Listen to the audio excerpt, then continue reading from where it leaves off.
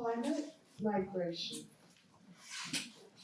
Internal climate migrants are rapidly becoming the human face of climate change. Without urgent global and national climate action, sub-Saharan Africa, South Asia, and Latin America could see more than 140 million people move within their country's borders by 2050 to seek out water, food, fuel, and survival. Climate change is changing our local environments and vegetation, plant migration, as well as disappearing landmass.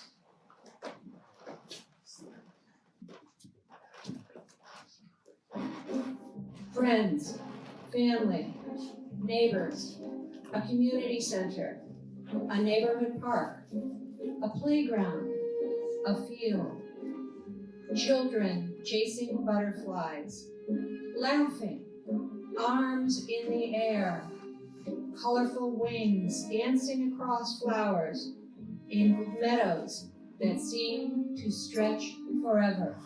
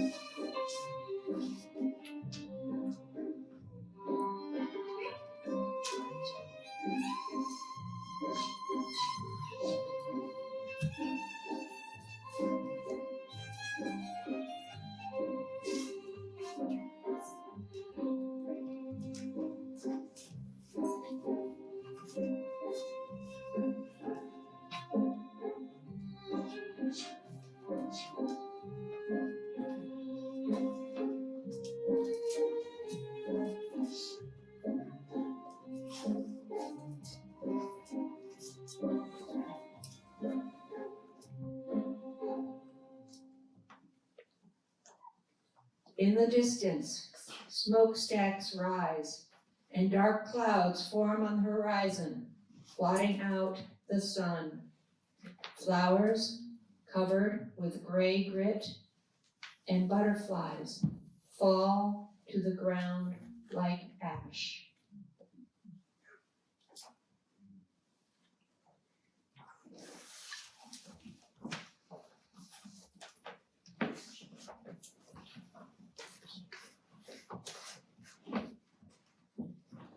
The fields once alive, the buzz of bees, the chirp of birds, the skitter of mammals and reptiles, the splash of fish in a sparkling stream, silent as new sounds arise, factories clanging.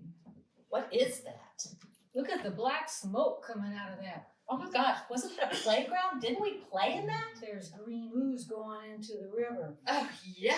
I don't know what they're making, but I'm sure I need it.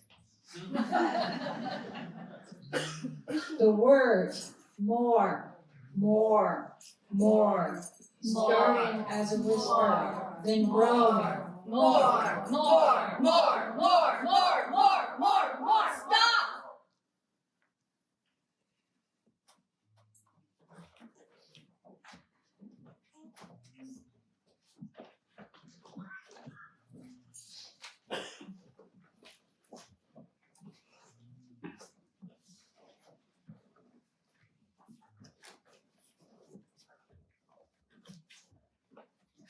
So we close our windows. We close our minds.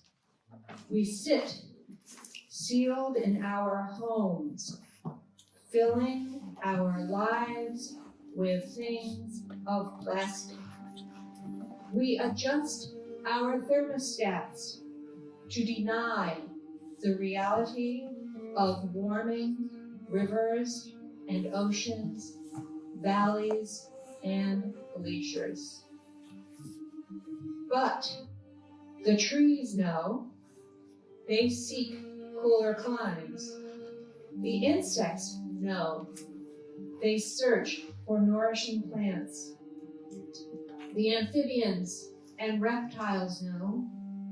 They seek shady shelter. The birds know. They mourn their missing kin. The fish know. They dive into warm waters. The mammals know. They hunger for sustenance. And humans who live where the land and sea meet, they know as their homes disappear.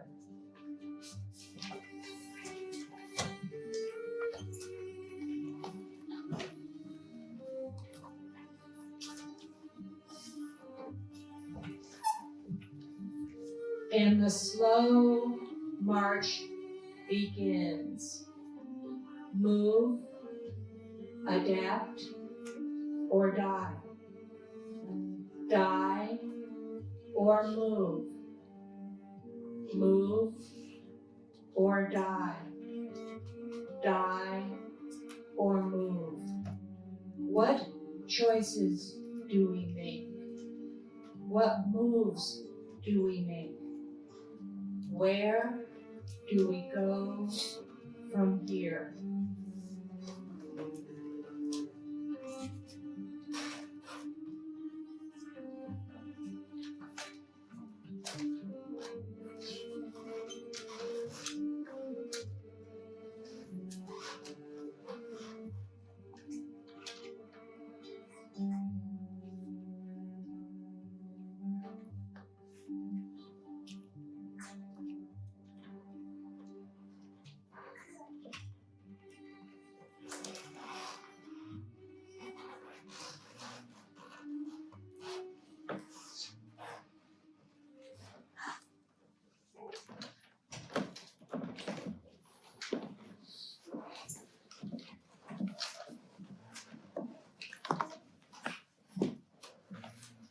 Robin Wall Kimmerer, in her book, Braiding Sweetgrass, tells us that in Anishinaabe and other original people cultures of the United States and Canada, trees are regarded and respected as standing people, as citizens. The oath of citizenship for the United States stipulates that citizens will defend the nation against all enemies. If the same oath of citizenship holds true in the Maple Nation, the trumpet call would be echoing throughout the wooded hills of New England right now. In less than 50 years, the climate there is expected to become hostile to sugar maples. Rising temperatures will reduce seedling success, and regeneration will start to fail. And here in the Pacific Northwest, especially in Southern Oregon, where temperatures have been climbing steadily, our great Douglas firs are in grave danger. We are already seeing unprecedented root-rotting fungus infestations and beetle attacks. Weakened root systems combined with what appears to be increasingly strong winds will bring these mighty trees down in devastating numbers. Our beloved maples and Doug firs will become climate refugees. Their only survival dependent on their ability to migrate further and further north. But how? And the slow march begins. Move or die. Die or move. Move or die. Die or move.